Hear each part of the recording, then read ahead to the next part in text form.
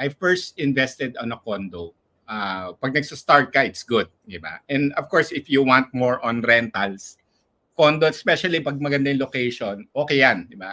I think it's easier for you to swing it, di ba? During I'll pattern it sa akin mismo. During my early married life, we live in a condo.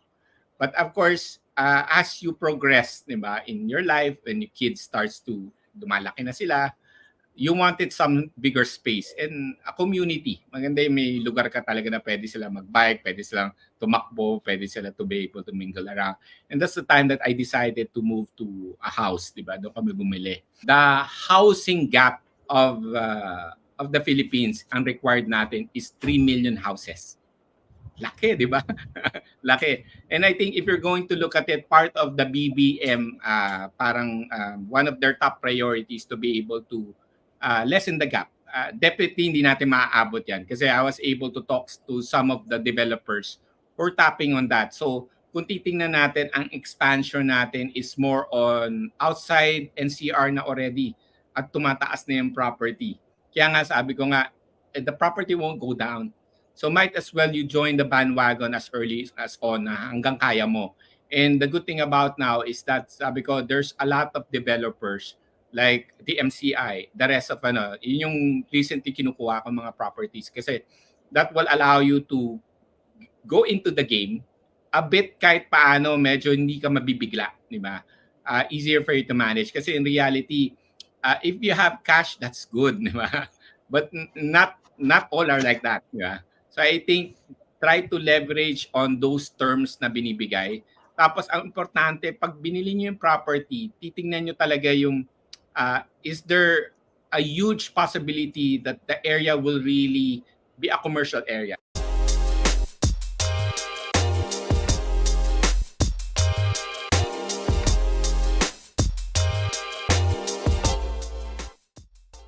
You mentioned about passive investments.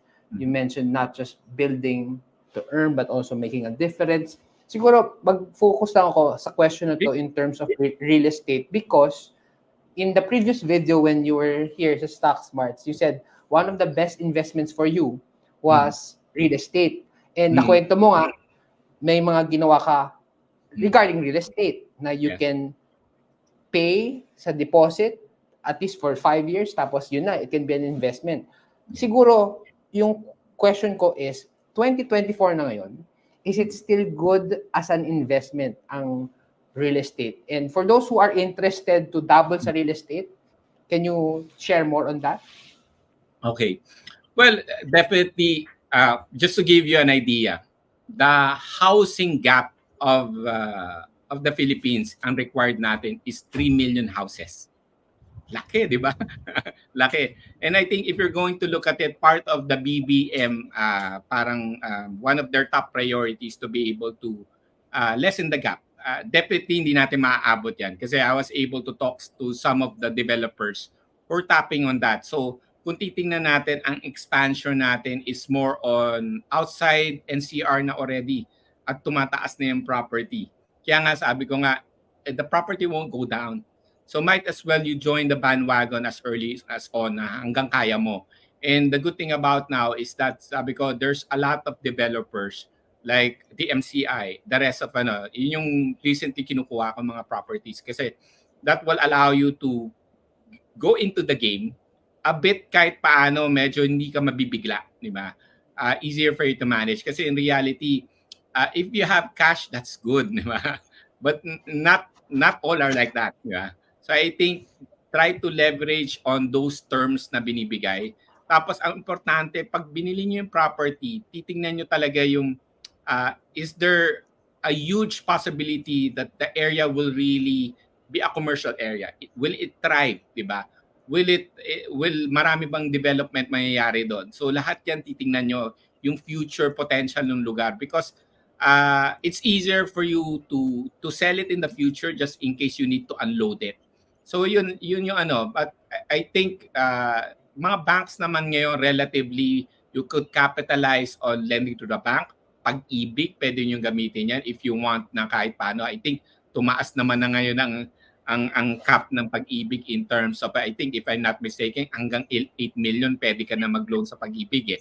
Diba? So depende rin of course do sa share mo. But sa bangko din at current state, reasonable pa rin yung rates natin. Diba? So you could leverage in all of these things. If just to answer your question directly, yes, it's still best to be able to really invest on something that is concrete, which is real estate. Nice, nice. So, ang ganda ng inano mo, no, na yung pagka-breakdown mo of seeing the opportunities sa real estate. And yung importante is yung potential niya. Kung Oo. magiging commercial area ba to o magiging madaming tao so that in the future, mas madaling ibenta or iparent din. Since, yun nga, ito yung one of the investments that you double down on, ano ba yung difference for you in terms of, o sige, bahay yung invest ko or condo? Ano ba yung mas okay or iba-iba per tao or depende sa what they have or depende sa priority? Kasi you sinabi mo, dapat meron physical. Pareho naman may physical yung condo at bahay. Pero yung condo, wala kang land. Just Land. only the structure. So, those who are watching, I'm sure baka nakapag-invest na sila ng condo, yung iba, bahay. Pero ano yung mga pros and cons or para kanino ba yung bahay or condo or pwedeng both? Yeah. Well, sa akin like me, I first invested on a condo.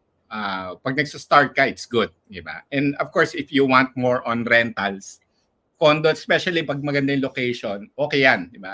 I think it's easier for you to swing it, di ba? During I'll pattern it sa akin mismo. During my early married life, we live in a condo. But of course, as you progress, diba, in your life, when your kids starts to lumalaki na sila, you wanted some bigger space and a community. Maganda yung may lugar ka talaga na pwede sila mag-bike, pwede silang tumakbo, pwede sila to be able to mingle around. And that's the time that I decided to move to a house, diba? Doon kami bumili. But for me, it really depends, diba? But ako, having both is good kasi yun yung plano ko eh. Yung house ko, I won't sell it. Eventually, the reason why I'm buying mga condos, ang laging benchmark ko lagi para it's easier for me to do it. Yung condo na binibili ko, laging isipin, ito bang condo na to, titiran ko ba to? Ito ba yung gusto mong lugar? Ito ba yung gusto mong ganyan? So, malapit ba siya sa accessible sa grocery, sa mall, accessible, meron ba akong pwedeng takbuhan dito, 'di ba? Meron mga areas na commercial. So, ang lagi kong benchmark, dapat yung bibiling ko, mismo ako titiran ko 'yon, 'di ba? So, ang plano ko kasi in the future is that if I have X number of properties, you like the house, 'di ba? Paparent ko na lang yan in the future. Tapos pupunta na lang, ang plano kasi namin ni Rowana actually is to be able to settle down in Boracay. That's our goal eh. Kaya nga sila RD kinukulit kami to. But sabi ko, with the current work that I have, kaming dalawa, wala pa yun sa no for now. So parang ang balak namin in the future is that sa sobrang dami mo ng pinaparenta, iikot-ikot ka na lang ng different. Pupunta ka ng Siargao, pupunta ka ng ano, di ba? Mag-rent ka lang doon. Yeah. So parang ganun yung gusto namin and eventually outside of the country, di ba? So it really depends. But for me, both is good kasi there's value to both. Hindi mo madi-discount yung bahay kasi may lupa ka talaga eh. No matter what happens, magkaroon man ng lindol, nandyan yung lupa mo. Di ba? Ang condo, it's patong-patong yan, di ba? But of course, in terms of, I think, rentals, mas mabilis mo maswing yung condo. Of course, iba pa rin yung makukuha mong rental. Pag maganda yung bahay mo, mas malaki naman. Yeah. Plus, I think, pag medyo upscale naman yung property mo, I like to believe, mas less na masisira siya. Di ba? Compared to yung mga low-end na di ba, may iba apartment lang. We have friends, maraming gano'n, may apartment pero sumasakit ang ulo nila. Ang baba nung renta nila pero yung depreciation ng mismong property nila napakalaki. Yung iba naman, ang game plan, magaganda yung property mo, iilan lang pero ang laki na ng uptick mo. Yan. Okay? Yeah. So, iba-iba rin talaga mga like approaches. That's why it's good to invest on learning. Nasabi mo, Blinkist, yan yung book na it can summarize in 12 minutes. You need to check mga YouTube videos, libre na yan. But syempre, you need to make sure credible yung sources mo. Yes. Hindi dapat fake news. Yes. Saka ano din yan,